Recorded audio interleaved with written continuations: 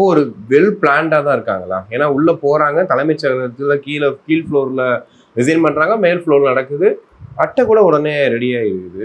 துண்டு இல்லை சார், போடுறது அது ஓகே. அது உங்களுக்கு ப்ரெஸ் எல்லாம் என்னமோ புதுசாக அப்படியே அதிசயம் பேசுகிற மாதிரி பேசாதீங்க சார். இந்த ப்ரெஸ்காரங்க அந்த நடிப்பு நடித்தா தான் நம்ம கோவம் வர்றது. இது என்னன்னா சார், இங்கே வந்து இப்படி நீங்கள் அங்கே போய் ரெசிக்னேஷன் லெட்டர் கொடுங்க, மேலே வாங்க அப்படிங்கிறதெல்லாம் வந்து அந்த நேரம் அங்கே உட்காந்து பிளான் பண்ணதா? அதெல்லாம் இருக்காது. அது ப்ரீ மே பிளான். 10ஆம் தேதியிலேருந்து பேசுனது தான் இன்னைக்கு எத்தனை 25ஆம் தேதி வரைக்கும் இந்த நாடகம் வருது சரிங்களா? அப்போ இது ஒரு 10 நாள் 15 நாள் பேசி இது எடுக்கப்பட்ட ஒரு அதிமுக நாடகம் தலைமைக்கு இந்த பிரச்சனையே தெரியாதா? சார். எல்லா இடத்துலையும் இப்போ இங்கே வந்து இல்ல அவரை தனிச்சு விட்ட மாதிரி இப்ப அவர் என்ன முடிவெடுக்கிறது? இப்ப அவர் ஒரு அறிக்கை போடுறாரு, நடக்கிறது வேற மாதிரி நடந்துகிட்டு இருக்கு. அப்ப அதிமுக யார் கண்ட்ரோல்ல தான் இருக்கு? அதிமுக இன்னமும் எடப்பாடியார் அவர்களுடைய கண்ட்ரோலில் தான் இருக்குது. கட்சி அவரோட கண்ட்ரோலில் தான் இருக்குது.